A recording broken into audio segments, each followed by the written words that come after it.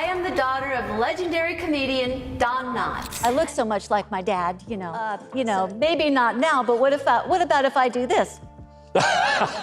He was the kind of man who could make a room burst into laughter without saying a word. His mere presence was comedy gold. You drop that rock and you get over here! But that beloved image was only part of the story because, behind the scenes, Don Knotts was fighting private battles that nearly broke him. Years after his passing, the quiet whispers are turning into something more. His family is finally shedding light on the truth he kept hidden for so long, and what they've revealed will change the way you see him forever. What was Don Knotts really hiding? The truth is darker and far more heartbreaking than anyone ever imagined. A childhood marked by struggles. Don Knotts was born Jesse Donald Knotts on July 21, 1924, in Morgantown, West Virginia. Today, his name might bring up memories of goofy grins, panicked expressions, and the unforgettable deputy of Mayberry. But the heartbreaking story of how he got there, how he rose from a small-town boy to one of the most beloved faces on American television, isn't something most fans know.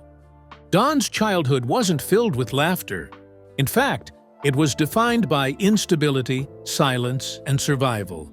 He was the youngest of 4 brothers, born into a working-class family during the Great Depression. Times were tough across the country, but the Knotts family had their own storms to weather, and these challenges went far beyond money problems.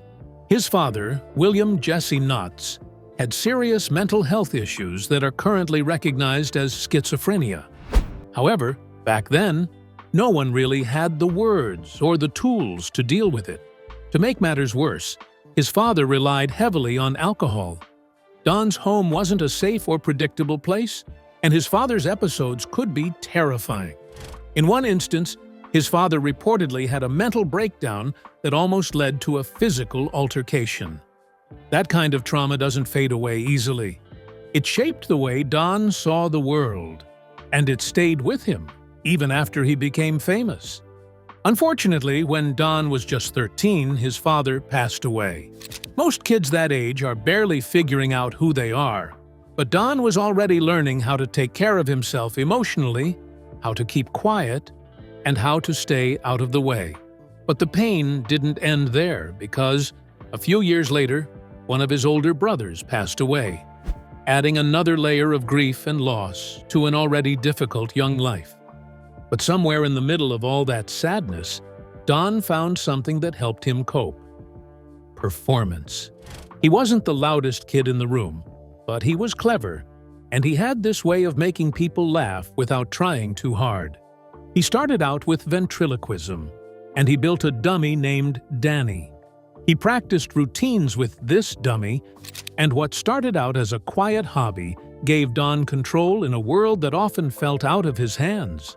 When things at home got tense, he could escape into the voice of Danny, make up jokes, and for a few moments, feel like he was somewhere else entirely. After finishing high school, Don enrolled at West Virginia University, but his education was put on hold when World War II broke out. Like many young men of his generation, Don joined the military.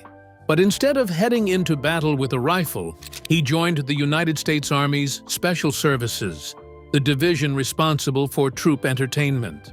That's where he really began to understand what comedy could do.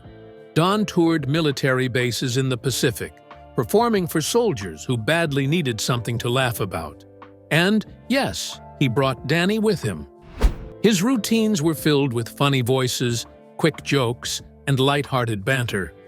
But they worked. They gave tired, homesick servicemen a few minutes of relief. And that meant everything.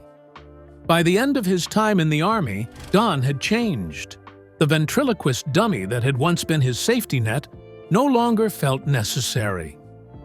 According to multiple reports, he eventually threw Danny overboard while aboard a military ship, literally letting go of that version of himself. Whether it was symbolic or spontaneous, it marked a turning point. Don was finally ready to be funny on his own terms. After the war, he returned to West Virginia and finished his degree. And with just $100 to his name and a big leap of faith, he moved to New York City to chase a dream most people thought was impossible. He had no connections, no safety net, and no backup plan. But he knew deep inside his heart that he was good enough to make it as an actor. Those early days in New York were rough, and Don took odd jobs to survive. One of them was plucking chickens at a poultry processing plant. He lived in boarding houses and scraped together whatever money he could. Most of his auditions led to rejection. Casting agents weren't quite sure what to do with him. He didn't have the look of a movie star, and his delivery was so unusual that he didn't seem to fit anywhere. But he kept showing up, waiting for someone to see what he had to offer. And eventually, someone did. Don landed small parts on radio and early TV, including a children's show called The Bobby Benson Show. From this job, he landed another, and over time, his persistence began to pay off. But the program that changed everything for Don was The Steve Allen Show. On that stage, he debuted a character that would become part of his on-screen identity. His character was designed to be a guy struggling to stay calm in high-pressure situations. But Don's performance was unforgettable. His jittery hands, darting eyes, and voice that cracked at just the right moment created a kind of nervous energy that stood out from anything else on television. Audiences loved it and couldn't get enough of him.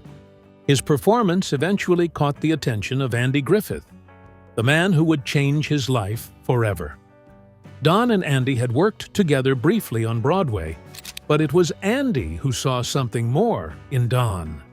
When The Andy Griffith Show launched in 1960, Don was brought in to play Deputy Barney Fife, a role that wasn't even meant to be a series regular at first. But from his very first appearance, Don lit up the screen. Barney Fife was jumpy, overconfident, and almost always wrong, but he was lovable. And it was Don's performance that made him that way. His chemistry with Andy Griffith was undeniable.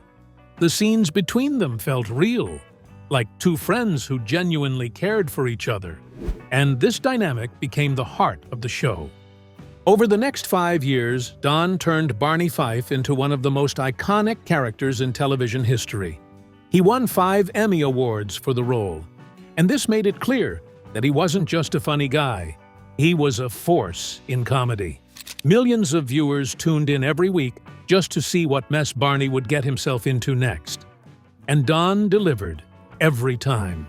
But even as the spotlight found him, something else was quietly following behind. The doubts, the pressure, and the nagging sense that maybe he still wasn't enough never really left him. His career didn't feel like a win. Don Knotts might have been one of the most recognizable faces on television during the 1960s, but the truth is, he never felt like he truly belonged in Hollywood. For all the awards, the applause, and the millions who adored him, Don carried a heavy weight that most people never saw. Even at the peak of his success, Knotts struggled with a deep sense of insecurity. The fame didn't quiet his self-doubt, it only amplified it. Although he was surrounded by confident, traditionally handsome actors who could play suave, romantic roles with ease, Don often felt like the odd one out. His style of comedy was brilliant, but it also boxed him into a corner. No matter how many fans laughed at Barney Fife's antics, Don never saw himself as a leading man, and he couldn't shake the feeling that he was just the quirky sidekick, never the star. But this feeling wasn't just in his head. Casting directors often saw him exactly that way. The industry loved him, but only in one type of role. He was the go-to guy when you needed someone to panic, fumble, or flinch. The nervous man routine had made him a household name, but it also trapped him. As his daughter Karen later revealed, her dad was always aware of the fact that he didn't fit the mold. While other actors were being handed action leads or dramatic scripts, Don was always offered the same type of nervous, anxious, and eccentric characters. And over time, it took a toll on him. Don's biggest and most impactful career decision came when he walked away from The Andy Griffith Show after 5 seasons. By that point, he had already won multiple Emmys for his performance as Barney Fife. However, behind the scenes, there was growing uncertainty about the show's future. Don believed that Andy Griffith planned to end the series soon, and in a bid to secure his future, Don signed a 5-film deal with Universal Pictures. He stepped away from Mayberry, convinced it was the right move. Unfortunately, he was wrong. The Andy Griffith Show didn't end, and the show remained successful for several more years. That moment haunted Don, and he ended up watching from the sidelines as the series went on without him. Although Don's transition into film wasn't a disaster, it wasn't the smooth ride he'd hoped for either. He starred in several family-friendly comedies that earned a decent following. Movies like The Ghost and Mr. Chicken and The Reluctant Astronaut became classics that showcased his unique charm and physical comedy. However, they didn't elevate him to the A-list he had hoped for. The roles were fun, but limited, and he was never given the space to grow beyond the nervous, bumbling persona. Even though kids loved him and parents trusted him, Don still felt like he was falling short. As his daughter would later reveal, Don often felt like he didn't deserve the recognition he got. He worried that someone would one day call him out for being a fraud, and that fear of being exposed followed him through every new role, every studio meeting, and every applause-filled curtain call. And it didn't stop with his career. That creeping doubt seeped into his personal life, too. Don's off-camera world was filled with silence and second-guessing. He was never loud about his struggles, but they were always just under the surface, lurking behind the smile and the wide eyes that made America fall in love with him. But what fans didn't realize at the time was that Don's real battle wasn't just with Hollywood, it was with himself. And that internal fight only grew harder as the years went on.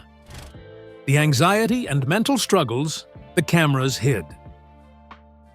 For most people, Don Knotts will always be the man who made them laugh. But off-camera, the man behind the nervous charm was fighting battles far more serious than anything that ever happened on screen. Don struggled with anxiety for most of his life. Not just stage fright or the butterflies before a big performance. This was a constant, gnawing kind of anxiety that lived in his body every single day. From a young age, long before he ever stepped foot in front of a camera, Don had a mind that raced, worried, and overthought everything. But anxiety wasn't the only problem, because he also suffered from hypochondria. Don was deeply afraid of getting sick. Even small symptoms could send him into a spiral of worry. He'd convince himself he had serious illnesses, even when doctors reassured him that he was fine. He would check and recheck, over and over. It wasn't about seeking attention, it was about control. And this problem followed him throughout adulthood. Before big performances, whether it was a live TV show, a movie shoot, or even a public appearance, Don often battled intense insomnia. He'd lie awake for hours with his heart racing and his mind spinning, being unable to relax. However, once he was finally on stage or in front of the camera, he would instantly flip a switch. While performing, the nerves would become energy, and the panic would turn into comedy. But once the performance ended and the applause died down, the anxiety came back, sometimes even worse. In the 1950s, at the start of his television success, Don turned to medication to help him manage his anxiety. However, what started as a helpful aid slowly became a quiet crutch. And slowly, he developed a dependency on the medication before he could stop himself. Things reached a breaking point one night when Don accidentally overdosed. The impact was devastating, and it was at this moment he realized he was slipping into a pattern that could quickly become dangerous. From that point on, Don began pulling back from the Hollywood party scene. He stopped staying out late. He cut back on drinking. And most importantly, he sought professional help. Therapy became a key part of his healing, and a place where he could finally confront the fear, pressure, and trauma that had been building for years. This decision wasn't an easy one because, back then, therapy wasn't something most men in Hollywood talked about, especially not comedic actors. But Don knew he needed help, and he didn't shy away from seeking help. His therapy sessions were so intense that, at one point, Don reportedly screamed at God, trying to understand why he had gone through so much pain despite bringing so much joy to others. This moment captured the deep pain Don had carried with him for decades. He had spent his entire life being the funny man, so people often forgot he was still human. Karen Knotts, his daughter, later revealed that although Don was never ashamed of having anxiety, he also didn't want it to define him. Even on the hardest days, he still found ways to make people laugh. And that was part of what made his performances so special. He wasn't acting like he was nervous. He was actually nervous. And he turned this challenge into something that audiences could connect with. And underneath it all, Don was in a lifelong conversation with himself, trying to make peace with his past and trying not to let the anxiety win. Fame didn't make it easier. If anything, it made it harder. Every new role brought a new wave of doubt. Every live audience triggered old fears. And even when the cameras were off, he carried that same restless energy home with him. As Don got older, those struggles didn't magically disappear. He managed them better, he had support, and he was more open with the people close to him. But the fears, the racing thoughts, and the worries about health never fully went away. In the final years of his life, Don faced some physical battles and challenges that he never made public until it was too late. Don Knotts' health struggles and decline. By the time Don Knotts reached his late 50s, the cracks in his health began to show. After a lifetime of pushing through anxiety, doubt, and physical exhaustion, his body started fighting back in ways that couldn't be ignored. One of the first signs came when he was diagnosed with macular degeneration, a condition that gradually deteriorates vision and eventually leads to blindness. For someone who spent his life reading scripts, studying stage cues, and reacting to the smallest expressions on his co-stars' faces, losing his eyesight felt like losing part of his identity. It didn't happen all at once. At first, it was just blurry spots and trouble reading in dim light. But over time, his vision loss became more serious. Depth perception became harder, and recognizing faces from across the room wasn't always possible. Although these changes were the kinds that could have forced any performer into early retirement, especially in an industry that relies so much on timing, awareness, and presence, Don adapted and kept showing up. However, behind closed doors, the impact was undeniable. Losing his eyesight also affected his mental health. Don had struggled with anxiety and depression for decades, and now those feelings began creeping back. His daughter Karen would later reveal that her dad went through a period of deep sadness and frustration during this time. But even with these challenges, Don never completely stepped away from the work.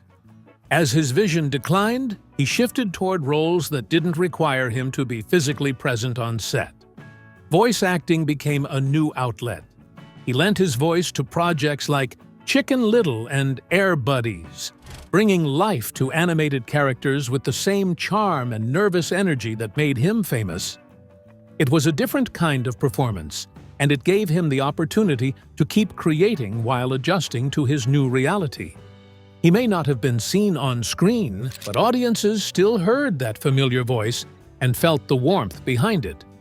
Don also made a few live-action appearances here and there, especially in television. One of the most memorable was his recurring role as the landlord, Ralph Furley, on Three's Company, a part that came well after his Mayberry days, but still connected with a whole new generation of viewers. Even as his health declined, Don was determined not to let it define him, and he continued working. However, very few people knew that behind the scenes, Don was secretly facing an even more serious health battle. In his final years, he was diagnosed with lung cancer, and he chose not to make the diagnosis public, even as the disease progressed. He didn't want pity or headlines. He just wanted to continue working and to be remembered as the man who made people laugh, not the man who was slowly fading away. He did everything he could to stay active. He kept up with friends, took small roles when possible, and even spent time with family. But the illness caught up to him faster than anyone expected. The lung cancer eventually led to complications, including pneumonia, which became too much for his body to fight off. On February the 24th, 2006, Don Knotts passed away at Cedars-Sinai Medical Center in Los Angeles at the age of 81, after suffering severe complications from lung cancer and pneumonia. The news came as a shock to his former colleagues and fans around the world. While it wasn't entirely unexpected, because those close to him had noticed his frailty in the months leading up, his death still felt sudden. For decades, he had been a steady presence in American homes, and passing marked the end of an era. But even in those final days, Don never lost his sense of humor. According to his daughter, he was still cracking jokes in the hospital room, making the nurses laugh and keeping things light for the people around him. That was who he was until the very end, someone who could find a little laughter, even in the darkest moments.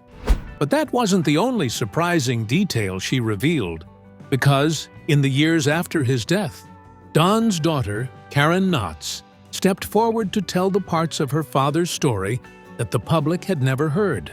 She made shocking confessions about his final moments, about the kind of father he truly was, behind closed doors, the rumors, and the quiet wounds he grappled with behind the fame. Karen Knotts' shocking confession.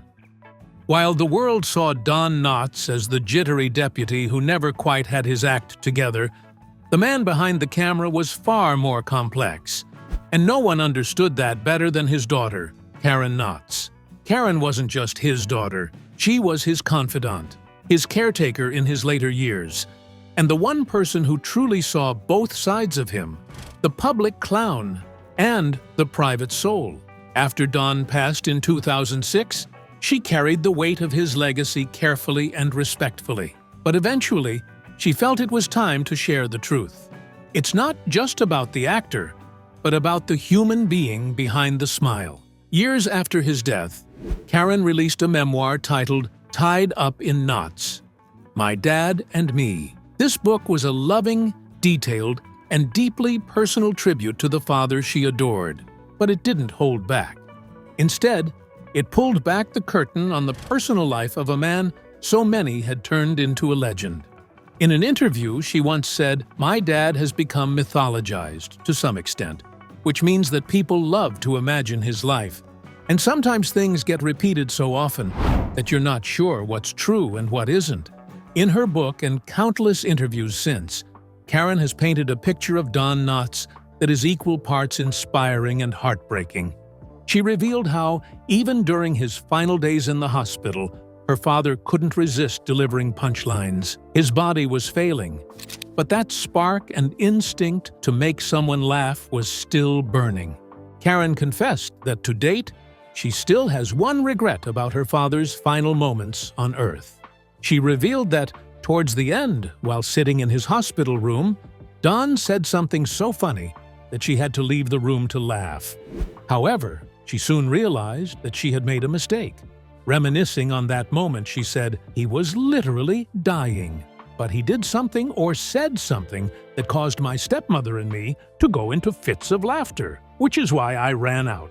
I thought to myself, I don't want to be standing there in front of this man, my dearly beloved father, who's dying and laughing. However, while speaking to Howard Storm about the moment, he said to her, "You should have stayed and laughed out loud. That's what comedians live for." And it was at that moment she realized she had made a mistake.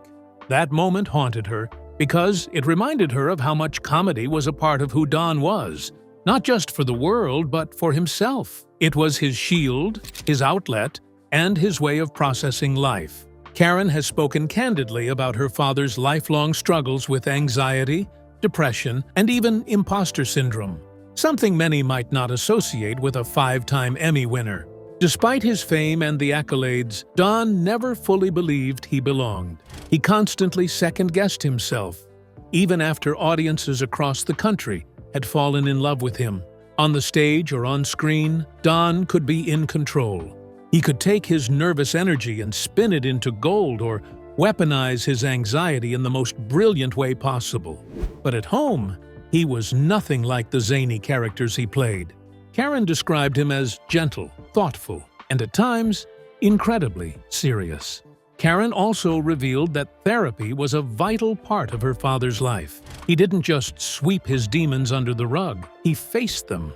That effort and honesty gave her a new level of respect for him, not just as her father, but as a man doing the hard work behind the curtain. Speaking about his role as a father, Karen Knotts said he was gentle, supportive, and always made her laugh. However, his job was so demanding, it often took him far from the family. In an interview, she said, "We didn't see him a lot because he worked 10, 12 hours a day. When he was home, he was always holed up in his room, working on his lines and stuff like that. But he did take us down to the set quite a few times. I remember just walking around and seeing how interesting it was because I had never been on a set before." But there's a controversial side of Don Knotts that many fans didn't get to see. At the peak of his television fame, Don's marriage to Catherine Metz, his college sweetheart, and the mother of his 2 children, began falling apart. They had married back in 1947, long before Hollywood lights found him. But by the early 1960s, the strain of celebrity, long hours, and Don's growing emotional distance took a toll. According to the rumors, the final blow came when Don confessed to an affair with Lynn Paul, the assistant to Andy Griffith's manager. This scandal was quiet, but very devastating, and it led to the end of their marriage. Between marriages, Don reportedly enjoyed the company of many women, earning a ladies' man label among close friends. The same man who doubted his talent and worried he didn't belong in Hollywood was also navigating guilt, loneliness, and regret, all while making millions laugh.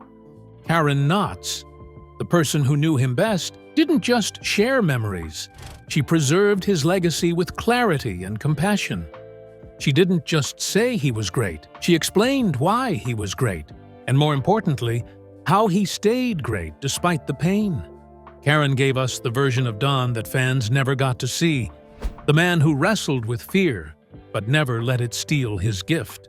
The man who doubted himself every step of the way, but still showed up. The man who, even in his final moments, thought first of making others laugh.